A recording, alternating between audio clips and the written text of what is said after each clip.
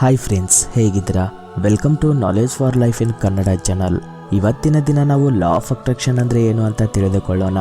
ನಮಗೆ ನಮ್ಮ ಹಿರಿಯರು ಹೇಳ್ತಾ ಇರ್ತಾರೆ, ನಾವು ಏನಾದರೂ ಮಾಡಬೇಕು ಅಂದರೆ ಮೊದಲು ನಾವು ಅದನ್ನು ಮನಸ್ಸಿನಲ್ಲಿ ಅಂದುಕೊಳ್ಳಬೇಕು ಅಂತ.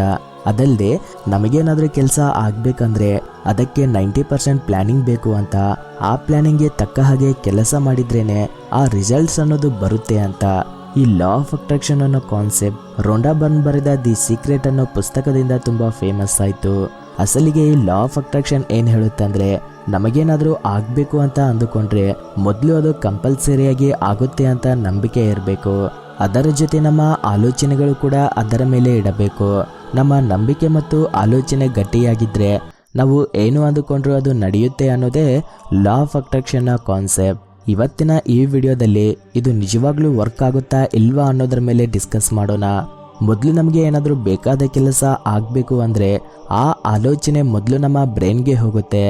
ನಮ್ಮ ಬ್ರೈನ್ ಆ ಆಲೋಚನೆಗೆ ಸೊಲ್ಯೂಷನ್ನ ಹುಡುಕುತ್ತೆ. ನಮಗೆ ಸೊಲ್ಯೂಷನ್ ಬಂದ ಮೇಲೆ ಆ ಕೆಲಸದ ಮೇಲೆ ವರ್ಕ್ನ ಸ್ಟಾರ್ಟ್ ಮಾಡ್ತೀವಿ.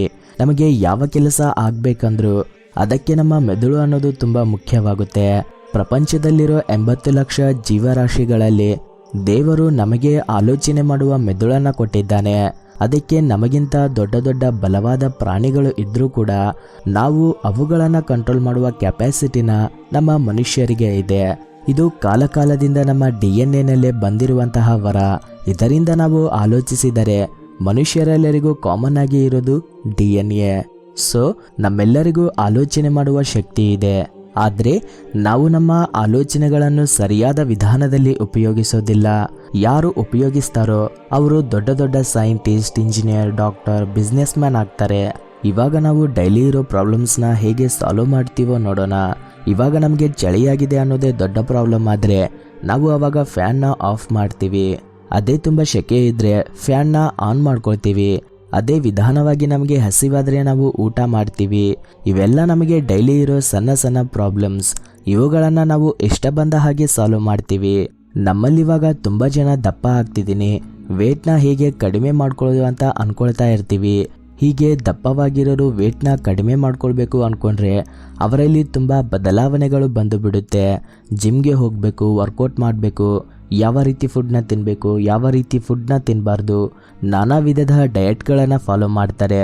ತುಂಬ ಜನ ವೇಟ್ನ ಕಡಿಮೆ ಆಗ್ತಾರೆ ಕೂಡ. ಇಲ್ಲಿ ನಾವು ನೋಡಿದರೆ ಅವರು ದಪ್ಪವಾಗಿದ್ದಾಗ ಯೂಟ್ಯೂಬ್ನಲ್ಲಿ ವಿಡಿಯೋಗಳು, ಡಯಟ್ಗಳು ಸಿಕ್ಕಾಪಟ್ಟೆ ನೋಡ್ಬಿಡ್ತಾರೆ.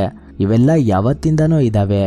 ಆದರೆ ಅವರಿಗೆ ಆ ಆಲೋಚನೆ ಅನ್ನೋದು ಬಂದಾಗ ಮಾತ್ರನೇ ಅವುಗಳನ್ನು ನೋಡ್ತಾರೆ.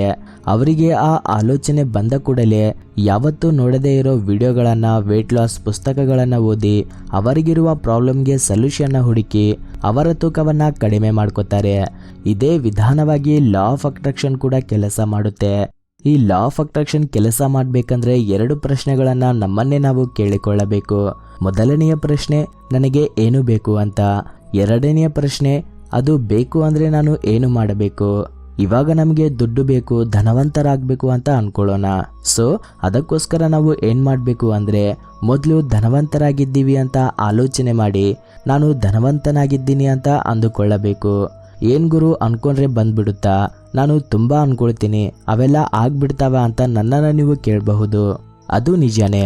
ಯಾಕಂದರೆ ನಾವು ಅಂದುಕೊಂಡ ತಕ್ಷಣ ಎಲ್ಲ ಆಗ್ಬಿಡೋದಿಲ್ಲ. ತುಂಬ ಜನ ಕೆಲವೊಂದು ತಪ್ಪುಗಳನ್ನು ಮಾಡ್ತಾರೆ. ಅದರಿಂದ ನಾವು ಅಂದುಕೊಂಡಿದ್ದು ಆಗೋದಿಲ್ಲ. ಅವೇನು ದೊಡ್ಡ ತಪ್ಪುಗಳು ಅಲ್ಲ, ಆದರೆ ಅವು ನಿನ್ನ ಕೆಲಸವನ್ನು ಮಾತ್ರ ನಿಲ್ಲಿಸುತ್ತೆ. ಅವು ಏನಂದರೆ, ಫಸ್ಟ್ ಒನ್ ಏನಂದರೆ, ನಾವು ನಮ್ಮ ಬ್ರೈನ್ಗೆ ಕೆಲಸವನ್ನು ಕೊಡೋದಿಲ್ಲ. ಇತ್ತೀಚಿನ ದಿನಗಳಲ್ಲಿ FB ಇದೆ, ಯೂಟ್ಯೂಬ್ ಇದೆ, ಪ್ಲೇ ಸ್ಟೇಷನ್ಸ್ ಇದ್ದಾವೆ, ಈವ್ನಿಂಗ್ ಪಬ್ಗಳಿದ್ದಾವೆ. ಹೀಗೆ ಇಷ್ಟ ಬಂದ ಹಾಗೆ ತಿರುಗೋದಕ್ಕೆ ತುಂಬ ಇದ್ದಾವೆ. ಈ ವಿಧಾನವಾಗಿ ಆಲೋಚಿಸಿದರೆ ನಮಗೆ ದಿನವೆಲ್ಲ ಎಂಟರ್ಟೈನ್ಮೆಂಟ್ಗಳು ಇರ್ತವೆ. ಇಷ್ಟೊಂದು ಎಂಟರ್ಟೈನ್ಮೆಂಟ್ ಇದ್ದರೆ ನಮಗೆ ಆಲೋಚಿಸೋದಕ್ಕೆ ಇಷ್ಟು ಟೈಮ್ ಎಲ್ಲಿದೆ ಹೇಳಿ? ಮೊದಲು ನಾವು ಮಾಡಬೇಕಾಗಿರೋದೇನೆಂದರೆ ನಮ್ಮ ಕಾನ್ಸಂಟ್ರೇಷನ್ ಎಲ್ಲ ನಾವು ಮಾಡೋ ಕೆಲಸದ ಮೇಲೆ ಇಡಬೇಕು. ಅದು ಬಿಟ್ಟು ಸ್ವಲ್ಪ ಹೊತ್ತು FB ಬ್ರೌಸ್ ಮಾಡೋಣ, ಒಂದು ಸಿನಿಮಾ ನೋಡಿ ಆಮೇಲೆ ಕೆಲಸ ಮಾಡೋಣ ಅಂತ ಆಲೋಚಿಸಿದರೆ ನಮ್ಮ ಕೆಲಸ ಆಗೋದಿಲ್ಲ. ಸ್ಲೋ ಆಗಿ ನಾವು ಆ ಕೆಲಸವನ್ನು ಮಾಡೋದೇ ಬಿಟ್ಬಿಡ್ತೀವಿ. ಇನ್ನು ಸೆಕೆಂಡ್ ಒನ್ ಏನಂದರೆ, ನಮ್ಮಿಂದ ಆಗದೇ ಇರೋ ಕೆಲಸದ ಬಗ್ಗೆ ಆಲೋಚನೆ ಮಾಡೋದು. ಓಕೆ, ನಿನ್ನೆ ಎಲ್ಲ ಸಿನಿಮಾ ನೋಡಿದ್ವಿ, FB, ವಾಟ್ಸಪ್, ಸೋಷಿಯಲ್ ಮೀಡಿಯಾ ಸುತ್ತಿದ್ವಿ, ಹೊರಗಡೆ ತಿರುಗಾಡಿದ್ವಿ. ಆಮೇಲೆ ಈ ದಿನ ಏನು ಅನ್ಕೋತೀವಿ, ಅಯ್ಯೋ ನಿನ್ನೆ ಎಲ್ಲ ಟೈಮ್ ವೇಸ್ಟ್ ಮಾಡಿಬಿಟ್ನಲ್ಲ ಅಂತ. ಹೀಗೆ ಅಂದ್ಕೊಳ್ಳೋದ್ರಿಂದ ಈ ದಿನ ಕೂಡ ಟೈಮ್ ವೇಸ್ಟ್ ಆಗುತ್ತೆ ಹೊರತು ಆಗಿ ಹೋದ ವಿಷಯಗಳನ್ನು ಬದಲಾಯಿಸೋಕ್ಕಾಗಲ್ಲ. ಸೊ ಈ ವಿಧವಾದ ಆಲೋಚನೆಗಳು ಇದ್ದರೆ ನಾವು ಅಂದುಕೊಂಡ ಕೆಲಸಗಳನ್ನು ಮಾಡೋದು ತುಂಬಾ ಕಷ್ಟ. ನಮ್ಮ ಬ್ರೈನ್ಗೆ ಕನ್ಫ್ಯೂಷನ್ ಕೊಡೋ ಕೆಲಸದ ಬಗ್ಗೆ ಆಲೋಚಿಸೋದು ಇದು ನಮ್ಮೆಲ್ರಿಗೂ ಕಾಮನ್ ಆಗಿ ಇರೋ ತತ್ವ. ನನಗೆ ಕೆಲವೊಂದು ಜನ ಹೇಳ್ತಾ ಇರ್ತಾರೆ, ನನ್ನ ಹತ್ರ ತುಂಬ ಐಡಿಯಾಗಳು ಇದ್ದಾವೆ, ಅದನ್ನು ಸ್ಟಾರ್ಟ್ ಮಾಡಿದರೆ ನನ್ನ ಕಂಪನಿ ದೊಡ್ಡ ಟ್ರೆಂಡ್ ಸೆಟ್ ಮಾಡುತ್ತೆ ಅಂತ. ಮತ್ತು ಅವರಲ್ಲಿನೇ ಇನ್ನೊಂದು ಬೇರೆ ಆಲೋಚನೆ ಇರುತ್ತೆ, ಆದರೂ ಇವಾಗ ಲೈಫ್ ಹ್ಯಾಪಿಯಾಗೇ ಇದೆ ಅಲ್ವಾ, ಇಷ್ಟೆಲ್ಲ ರಿಸ್ಕ್ ಅವಶ್ಯಕತೆ ಇದೆಯಾ ಅಂತ. ಹೀಗೆ ನಮ್ಮಲ್ಲಿ ಎರಡು ತರಹದ ಆಲೋಚನೆಗಳು ಇರೋದ್ರಿಂದ ಉಪಯೋಗ ಇಲ್ಲ. ನೀನು ಮಾಡಬೇಕು ಅಂದರೆ ನೀನು ಆ ಕೆಲಸವನ್ನು ಮಾಡಬೇಕು, ಬೇಡ ಅಂದ್ಕೊಂಡ್ರೆ ಬಿಟ್ಬಿಡಬೇಕು. ಅದು ಬಿಟ್ಟು ಎರಡು ಹಡಗಿನ ಮೇಲೆ ಕಾಲಿಡೋದ್ರಿಂದ ಉಪಯೋಗ ಇಲ್ಲ. ಇನ್ನು ಥರ್ಡ್ ಒನ್ ಏನಂದರೆ ನಾವು ಅಂದುಕೊಂಡ ಕೆಲಸ ಮಾಡೋದಕ್ಕೆ ಬೇಕಾದ ಟೈಮ್ನ ಕೊಡದೇ ಇರೋದು. ಇವಾಗ ನಮ್ಮಲ್ಲಿ ತುಂಬ ಜನ ನನಗೊಂದು ಬಿಸ್ನೆಸ್ ಐಡಿಯಾ ಇದೆ, ಅದರಿಂದ ಕೆಲವು ಕೋಟಿಗಟ್ಟಲೆ ಹಣವನ್ನು ಸಂಪಾದನೆ ಮಾಡ್ತೀನಿ ಅಂತಾರೆ. ಸರಿ, ಬಿಸ್ನೆಸ್ ಸ್ಟಾರ್ಟ್ ಮಾಡೋಣ ಅನ್ನೋಷ್ಟರಲ್ಲಿ ಯಾಕೆ ಬೇಕು ನಾನು ಅಂದುಕೊಂಡ ಟೈಮ್ನಲ್ಲಿ ಸಂಪಾದನೆ ಮಾಡ್ತೀವೋ ಇಲ್ವೋ ಅಂತ ಆಲೋಚನೆ ಮಾಡಿ ಆ ಕೆಲಸವನ್ನು ಬಿಟ್ಬಿಡ್ತಾರೆ. ನಾವು ಏನಾದರೂ ಕೆಲಸವನ್ನು ಮಾಡಬೇಕು ಅಂದರೆ ಅದಕ್ಕೆ ಸ್ವಲ್ಪ ಟೈಮ್ ಅನ್ನೋದು ಹಿಡಿಯುತ್ತೆ. ಅದು ಬಿಟ್ಟು ಎಲ್ಲ ಕೆಲಸ ಈಗಲೇ ಆಗಬೇಕು ಅಂದರೆ ಆಗಲ್ಲ. ಕೆಲವೊಂದು ಸಾರಿ ನಾವು ಅಂದುಕೊಂಡಿದ್ದು ಸಾಧಿಸೋದಕ್ಕೆ ಕೆಲವು ವರ್ಷಗಳೇ ಹಿಡಿಯುತ್ತೆ, ಇಲ್ಲಾಂದರೆ ಒಂದು 10 ವರ್ಷ ಹಿಡಿಯಬಹುದು. ಆದರೆ ನಾವು ಅಂದುಕೊಂಡ ಕೆಲಸ ಮಾತ್ರ ಆಗುತ್ತೆ. ಸೊ ನಾವು ಯಾವುದೇ ಕೆಲಸ ಮಾಡಬೇಕಂದ್ರೂ ಅದಕ್ಕಂತ ಟೈಮ್ ಹಿಡಿಯುತ್ತೆ ಅನ್ನೋ ಅವಗಾಹನೆ ನಮಗೆ ಇರಬೇಕಾಗುತ್ತೆ. ಎಲ್ಲ ಚೆನ್ನಾಗೇ ಇದೆ. ನಮ್ಮ ಲಾ ಆಫ್ ಅಟ್ರಾಕ್ಷನ್ ಚೆನ್ನಾಗಿ ಕೆಲಸ ಮಾಡಬೇಕಂದ್ರೆ ಏನು ಮಾಡಬೇಕು? ಪಾಯಿಂಟ್ ನಂಬರ್ 1, ಮೊದಲು ನಾವು ಪ್ರಾಬ್ಲಮ್ನಿಂದ ಓಡಿ ಹೋಗದೆ ಆ ಪ್ರಾಬ್ಲಮ್ನ ಸಾಲ್ವ್ ಮಾಡೋದ್ರಲ್ಲಿ ನಮ್ಮ ಧ್ಯಾನವನ್ನು ಇಡಬೇಕು. ಪಾಯಿಂಟ್ ನಂಬರ್ 2, ನಾವು ಕೆಲಸ ಮಾಡಬೇಕಾದ್ರೆ ನಮ್ಮ ಫೋಕಸ್ ಎಲ್ಲ ಒಂದೇ ಪ್ರಾಬ್ಲಮ್ನ ಮೇಲೆ ಇಡಬೇಕು. ಅದು ಆಗೋವರೆಗೂ ನಮ್ಮ ಕಾನ್ಸಂಟ್ರೇಷನ್ನ ಅದರ ಮೇಲೆ ಇರಿಸಬೇಕು. ಪಾಯಿಂಟ್ ನಂಬರ್ 3, ನೆಗೆಟಿವ್ ಆಲೋಚನೆಗಳನ್ನು ನಿಲ್ಲಿಸಿ ನಾವು ಆ ಕೆಲಸವನ್ನು ಮಾಡೋಕ್ಕಾಗುತ್ತೆ ಅನ್ನೋ ಧೈರ್ಯದಿಂದ ಮುಂದಕ್ಕೆ ಹೋಗಬೇಕು. ಪಾಯಿಂಟ್ ನಂಬರ್ 4, ಇದು ತುಂಬ ಇಂಪಾರ್ಟೆಂಟ್.